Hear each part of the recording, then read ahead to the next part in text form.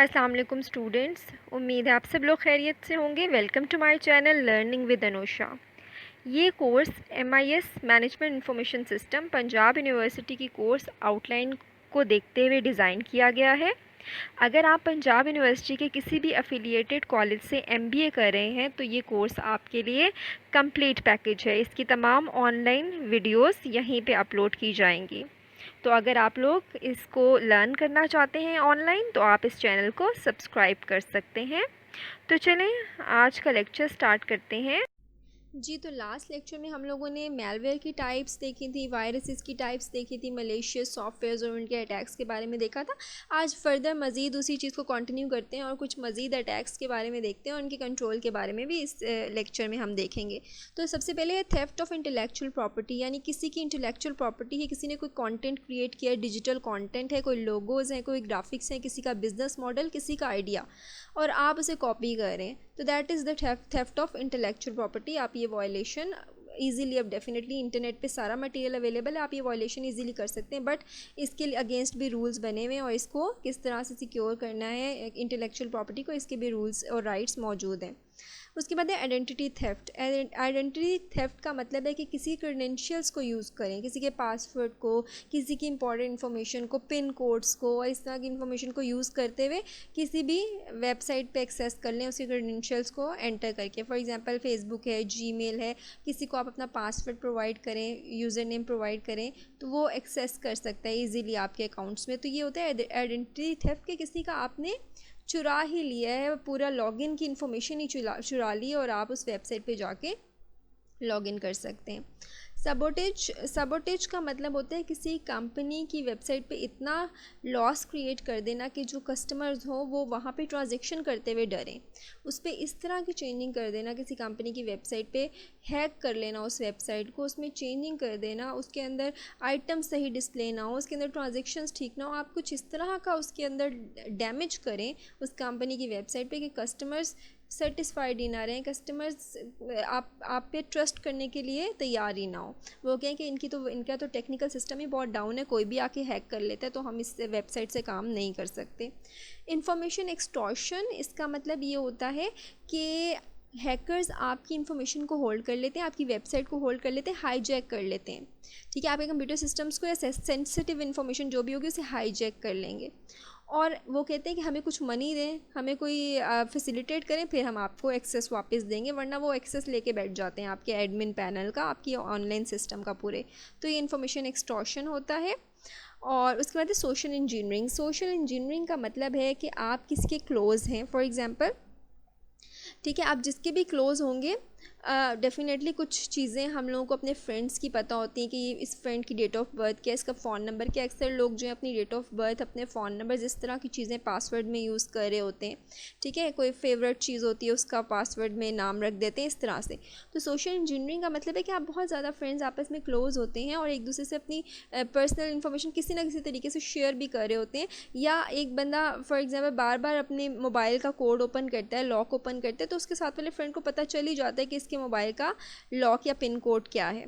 तो ये social engineering है कि आप सोशल इतने होते हैं, आपकी सोशल गैदरिंग में ही लोग आपकी कॉन्फिडेंशियल इन्फॉर्मेशन को किसी ना किसी तरीके से स्टील कर लेते हैं और अपने मकासद के लिए इस्तेमाल करते हैं।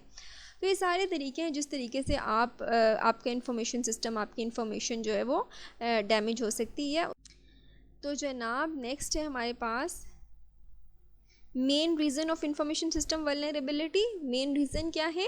मेन रीज़न ये है कि हार्डवेयर हम यूज़ कर रहे हैं, सॉफ्टवेयर यूज़ कर रहे हैं, ह्यूमन फैक्टर, यानी हार्डवेयर मशीन्स हैं, मशीनरी इसके अंदर यूज़ हो रही है, मशीनरी में अभी कॉम्प्लिकेशंस आती हैं, प्रॉब्लम्स आती हैं, किसी ना किसी तरीके से मशीनरी को अगर स्टील कर लिया जाता है तब भी आपकी इन्फॉर्मेशन या इन्फॉर्मेशन सिस्टम डाउन हो सकता है। मशीनरी में कोई टेक्निकल फॉल्ट आता है तब भी, सॉफ्टवेयर में कोई लूप होल आता है तब भी प्रॉब्लम आ सकती है, ह्यूमन्स अगर कोई मिस्टेक कर दें गलती से तब भी प्रॉब्लम आ सकती है। तो तीनों फैक्टर्स जो हैं वो मेन रीज़न आते हैं। इन्फॉर्मेशन सिस्टम इसलिए वल्नरेबल है, इसलिए अटैक इस पर ज़्यादा हो सकते हैं कि ये तीन फैक्टर्स इन्वॉल्व हैं। तो जो वल्नरेबिलिटीज़ है इंफॉर्मेशन सिस्टम की, उसमें क्या है कि कॉम्प्लेक्स बहुत सिस्टम है, आप सिक्योरिटी को कवर कर भी लो बहुत से एस्पेक्ट्स में तो कहीं ना कहीं लूप होल रहने के चांसेस हैं। आप इंटरकनेक्टेड हैं, बहुत सारे कंप्यूटर्स कनेक्टेड हैं, बहुत सारे लोग एक सॉफ्टवेयर पे काम करें तो कहीं से भी प्रॉब्लम क्रिएट हो सकती है। तो ये जो आपके पास इंफॉर्मेशन सिस्टम है, ये क्योंकि लार्ज बहुत होते हैं और बहुत लार्ज अमाउंट में डाटा को इलेक्ट्रॉनिक फॉर्म में सेव कर रहे होते हैं, तो बहुत चांसेस होते हैं कि इन पे अटैक्स भी हो जाए और इनको हैक भी कर लिया जाए। नेक्स्ट है हमारे पास कि हम किस तरह से इंफॉर्मेशन सिस्टम की वल्नरेबिलिटीज़ जो हैं उनको कंट्रोल कर सकते हैं, किस तरह से उसे अटैक से सिक्योर बना सकते हैं। कुछ कंट्रोल्स हम यूज़ करेंगे, फॉर एग्जांपल सॉफ्टवेयर कंट्रोल्स हैं, हार्डवेयर कंट्रोल्स हैं, कंप्यूटर कंट्रोल्स हैं, अप टू सो ऑन। कुछ कंट्रोल्स हम देखेंगे कि किस तरह से इन कंट्रोल्स को हम अप्लाई कर सकते हैं और अपने इंफॉर्मेशन सिस्टम को सिक्योर बना सकते हैं। तो सबसे पहले सॉफ्टवेयर कंट्रोल की अगर बात की जाए, monitor the use of system software and prevents unauthorize access of software program system software and computer programs. तो वो कह रहे हैं कि सॉफ्टवेयर लेवल पे आप अनऑथराइज प्रोग्राम को रन करने की परमिशन ही ना दो, आप सिस्टम सॉफ्टवेयर को स्ट्रॉन्ग करें अपने, ठीक है। जो आपके सॉफ्टवेयर रनिंग में है आपकी मशीन्स पे, आपके पूरे नेटवर्क में, उनको इतना स्ट्रॉन्ग करें कि वो फ़ौरन इस बात का नोटिस ले सकें कि कोई आपके सिस्टम में अनऑथराइज तरीके से एक्सेस करना चाह रहा है, कोई आपकी जो डोमेन है उसके ऊपर कुछ ऐसी एक्टिविटीज़ करना चाह रहा है जो नहीं होनी चाहिए, कोई आपके सिस्टम को एक्सेस करना चाह रहा है, कुछ भी इस तरह की कोई भी एक्शन, कोई वायरस आना चाह रहा है, कोई वॉर्म्स ऐड होना चाह रहे हैं, कुछ भी, तो ये सॉफ्टवेयर इतने स्ट्रॉन्ग होने चाहिए कि फटाफट डिटेक्ट कर लें कि प्रॉब्लम कहाँ आ रही है सॉफ्टवेयर लेवल पे। उसके बाद है हार्डवेयर। डेफिनेटली हार्डवेयर में हमारे पास हार्डवेयर सिक्योर होने चाहिए, प्रोसेसिंग पावर स्ट्रांग होनी चाहिए, हार्डवेयर 24/7 वर्किंग में होने चाहिए, हार्डवेयर में कोई डैमेज ना हो, हार्डवेयर तक फिज़िकली एक्सेस ना हो किसी की। आपका डेटा सेंटर है जहाँ पे आपका पूरी इन्फॉर्मेशन पूरा आपका डेटा आपकी ऑर्गेनाइजेशन का पड़ा हुआ है, उसमें डेटा बेसिस है, आपका बैकअप पूरा सिस्टम में एक पड़ा हुआ है, आप उस तक किसी की फ़िज़िकल एक्सेस ना करने दो किसी को अनऑथराइज तरीके से कि वो जाके आपके सिस्टम को डैमेज करे। तो ये हार्डवेयर कंट्रोल्स भी आपने अप्लाई करने होंगे, तभी जाके इंफॉर्मेशन सिस्टम सिक्योर होगा। कंप्यूटर ऑपरेशंस कंट्रोल, कंप्यूटर के ऑपरेशंस पे भी कंट्रोल रखें। अब ऑपरेशंस में क्या होगा, आपकी जो प्रोसेसिंग हो रही है, डाटा की स्टोरेज हो रही है, ठीक है, जितनी भी बैक एंड वर्किंग हो रही है सारी कंट्रोल्ड होनी चाहिए। ऐसा ना हो कि प्रोसेसिंग में कोई लूप होल हो, ठीक है, या प्रोसेसिंग करते हुए जब प्रोसेसिंग हो रही है during processing data basis open है तो कोई भी आके उसे हैक कर ले और उसके अंदर से इंफॉर्मेशन स्टील कर सके, या प्रोसेसिंग हो रही है उस दौरान डेटाबेस जो है अनअवेलेबल हो जाए, इस तरह की चीज़ें भी हो सकती हैं, या कोई और इशू हो जाए, कोई डाटा लॉस हो जाए, प्रॉपर बैकअप रखने पड़ेंगे आपको, रिकवरी भी प्रॉपर रखनी पड़ेगी अपने डाटा की। और ये यानी कंप्यूटर ऑपरेशन जिस तरीके से आप सिक्योर बना सकते हैं उस तरीके से आप सिक्योर बनाएंगे ताकि आपका इंफॉर्मेशन सिस्टम ओवरऑल सिक्योर हो जाए। नेक्स्ट है हमारे पास डेटा सिक्योरिटी कंट्रोल। डेटा पे कौन एक्सेस कर सकता है, ठीक है, डाटा सिक्योर किस तरह से करना है, डाटा को कौन मैनिपुलेट करेगा, डाटा अगर डिलीट हो जाए तो उसे रिकवर कहाँ से करना है, इस तरह की सारे इश्यूज डाटा से रिलेटेड, डाटा की सिक्योरिटी से रिलेटेड डेटाबेस एडमिनिस्ट्रेटर्स वगैरह या डाटा एडमिनिस्ट्रेटर्स वगैरह इस चीज़ को देख रहे होते हैं, तो वो लोग डिसाइड करेंगे कि किस तरह से हमने डाटा को सिक्योर बनाना है। और ये भी देखना है कि डाटा कभी भी इनकरेक्ट ना हो, हमेशा करेक्ट ही स्टोर हो, उसकी प्रोसेसिंग भी करेक्ट हो, उसमें कंसिस्टेंसी हो, कोई इशू ना आए, हमने जो डाटा स्टोर किया हमें एज इट इज़ वापस मिले, ऐसा ना हो कि उसमें कोई चेंजिंग हो जाए डाटा की, हमें अल्ट्रेशन हो जाए कोई अनऑथराइज तरीके से, तो उस चीज़ को भी इसमें हैंडल करना पड़ेगा। इम्प्लीमेंटेशन कंट्रोल कि आपने प्रॉपर जो अपना सिस्टम रखना है, जो आपने इंफॉर्मेशन सिस्टम डिज़ाइन किया है आपके कंट्रोल में होना चाहिए, आपको उसके प्रॉपर ऑडिट्स करने हैं, उस पर चेक्स अप्लाई करने हैं, देखना है कि आपका इन्फॉर्मेशन ठीक काम कर रहा है या नहीं कर रहा, और डिफरेंट जो उसके प्रोसेस रन हो रहे होंगे उसकी टेस्टिंग करते रहना टाइम टू टाइम कि आपका जो पूरा सिस्टम है वो कंट्रोल्ड हो, बिल्कुल मैनेज हो, उसके अंदर कोई इशू ना आ सके, उसकी टेस्टिंग करते रहना है ताकि उसकी रिलायबिलिटी भी पता चलती जाए आप लोगों को। एडमिनिस्ट्रेटिव कंट्रोल में ये होता है कि कुछ रूल्स एंड प्रोसीजर्स या डिसिप्लिन्स एडमिनिस्ट्रेटर्स इंश्योर करते हैं, ठीक है, जिसमें उनके कुछ जनरल रूल्स होते हैं। एडमिनिस्ट्रेशन बता देती है अपने एम्प्लॉयज़ को कि आपने किसी के साथ पासवर्ड शेयर नहीं करना, आपने इस तरह से एक्सेस नहीं करना सिस्टम को, आपने ये एक्टिविटी परफॉर्म नहीं करनी, आपने इस तरह से, यानी कुछ ऐसे रूल्स एंड रेगुलेशंस होते हैं जो एडमिनिस्ट्रेटिव साइड से सेट किए जाते हैं, ताकि आपके इंफॉर्मेशन सिस्टम में किसी भी किस्म की ह्यूमन साइड से कोई प्रॉब्लम ना आए, आपके एम्प्लॉयज़ की साइड से कोई प्रॉब्लम ना आए। उनको ये भी कहा जाता है कि हमारा जो इंटरनल डाटा है बहुत सिक्योर है, इसको आप एक्सटर्नल यूज़ नहीं करेंगे, ना ही हमारी इन्फॉर्मेशन को आप लीक करेंगे या इस तरह की चीज़ें। तो एडमिनिस्ट्रेशन भी कुछ हद तक इंफॉर्मेशन को सिक्योर करने के लिए, डाटा को सिक्योर करने के लिए कुछ रूल्स एंड रेगुलेशंस बनाती है, और सब जो जर्नल वर्कर्स होते हैं, जो भी उनके एम्प्लॉयज़ होते हैं, उससे फिर वो इम्प्लीमेंट करवाती है। तो ये तो सारे कंट्रोल्स हो गए जिसकी वजह से आप, जिनकी हेल्प से इंफॉर्मेशन सिस्टम को किसी ना किसी तरीके से सिक्योर बना सकते हैं। उसके बाद है एक्सेस कंट्रोल। एक्सेस का मतलब होता है कि डेटा पे या सिस्टम पे या डेटाबेस पे कौन एक्सेस कर सकता है और कौन एक्सेस नहीं कर सकता।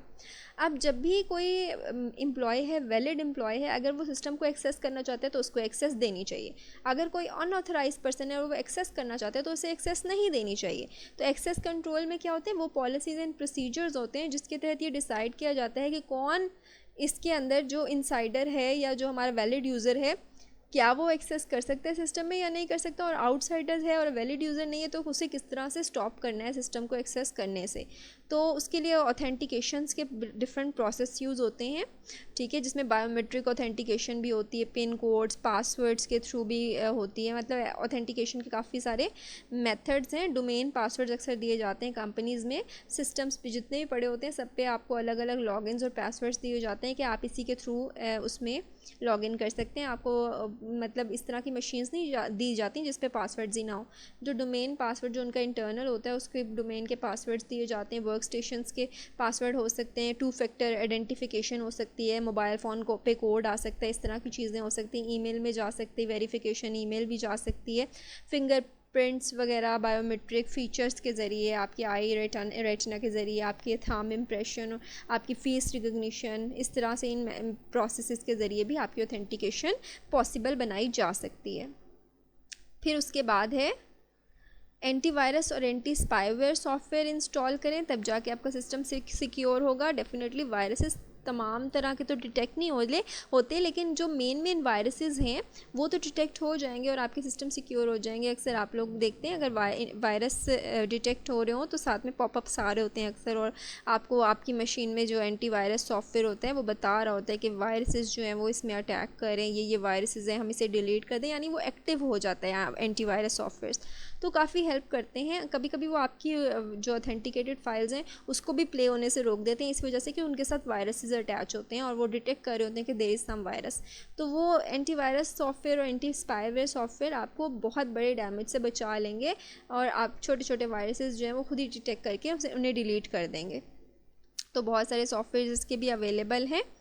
इंक्रिप्शन इन पब्लिक की इंफ्रास्ट्रक्चर, ये आजकल बहुत ज़्यादा यूज़ हो रहा है। क्रिप्टोग्राफी जो है प्रॉपर एक इंक्रिप्शन डिक्रिप्शन की पूरी एक साइंस है, पूरी एक मैथमेटिक्स है, और जिसके तहत दो एंड्स जो हैं वो आपस में डाटा को इनक्रिप्ट और डिक्रिप्ट कर रहे होते हैं। फॉर एग्जांपल आप अक्सर देखते हैं व्हाट्सएप पे लिखा हुआ आ रहा होता है कि ये इस पे मैसेजेस पे एंड टू एंड इंक्रिप्शन हुई हुई है या सिक्योरिटी अप्लाई हुई हुई है। इंक्रिप्शन बेसिकली ये होता है कि जिस तरह से मैं मैसेजेस किसी को भेज रही हूँ या मैं मटीरियल किसी को भेज रही हूँ नेटवर्क पे, जब वो ट्रैवल कर रहा है तो उस दौरान नेटवर्क पे ट्रैवल करने के दौरान वो मटेरियल उस फॉर्मेट में नहीं होगा जिस फॉर्मेट में मैंने लिखा था या मैंने भेजा था, बल्कि वो किसी साइफर टेक्स्ट यानी कुछ डिफरेंट कैरेक्टर्स और कोड्स में कन्वर्ट हो जाएगा कि कोई अगर एक्सेस करना भी चाहे तो उसे समझ ही ना आए कि ये कोड है क्या। तो उसके लिए दो मेथड्स यूज़ करते हैं, secure socket layer SSL use करते हैं इंक्रिप्शन डिक्रिप्शन के लिए, और HTTP यानी हाइपर टेक्स्ट ट्रांसफ़र प्रोटोकॉल भी सिक्योर इसके लिए यूज़ करते हैं ताकि उसमें इंक्रिप्शन हो जाए और आपका जो डाटा हो अगर वो इन बिटवीन नेटवर्क पे कोई एक्सेस भी कर ले तो उसे समझ ना आए कि टेक्स्ट लिखा क्या है, इंक्रिप्शन की जाए। तो सेंडिंग साइड से जब डाटा पास होता है इंक्रिप्टेड फॉर्म में होता है, और जब रिसीविंग साइड पे वो रिसीव होता है तो उस इंक्रिप्टेड फॉर्म को दोबारा डिक्रिप्ट किया जाता है और ओरिजिनल फॉर्म उससे जनरेट की जाती है। तो इंक्रिप्शन और डिक्रिप्शन के ऊपर ही इस वक्त हमारे सारे नेटवर्क्स खड़े हुए हैं। हमारा बैंक सिस्टम, हमारी जो ट्रांजैक्शन हम बड़े सिक्योर तरीके से और बड़े बाएतमाद तरीके से कर रहे होते हैं, इसी वजह से कर रहे हैं कि इंक्रिप्शन डिक्रिप्शन की टेक्निक्स अवेलेबल हैं। अगर ये ना हो तो हम में से कोई भी ट्रांजैक्शन ऑनलाइन करना पसंद ही ना करें। हम अपने पिन कोड्स, हम अपने क्रेडिट कार्ड की इन्फॉर्मेशन, अपने डेबिट कार्ड की इन्फॉर्मेशन ऐसे नेटवर्क पे ट्रेवल करवा रहे होते हैं। कैसे? हमें इस बात का डर नहीं कि कोई भी थर्ड पर्सन सेंटर में से, नेटवर्क में से, की ट्रैफिक में से हमारा ये पिन कोड वगैरह एक्सेस कर लेगा। इसलिए नहीं, क्योंकि इनक्रिप्टेड फॉर्म में जाता है, ओरिजिनल फॉर्म में तो जाता ही नहीं है।